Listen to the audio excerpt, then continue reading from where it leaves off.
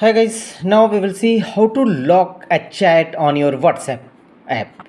You can easily lock any chat in WhatsApp. Here are the process. Go to the particular chat which you want to lock. For example, we will lock this chat. Simply tap and hold, and here you will find the option lock chat.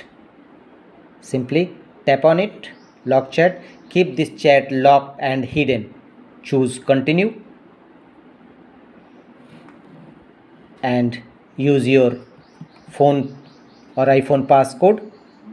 Now you will receive a message, this chat is locked. For advisory added privacy, chats will also be locked on certain linked devices. Tap on OK.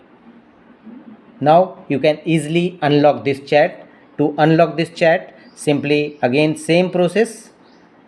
Go to that particular chat. This chat will not be showing here, so simply tap on this, look for chat, and tap on it. Unlock this feature by your passcode or password, and your chat will now unlocked. Locked on linked devices. Tap on it and you will find unlock chat.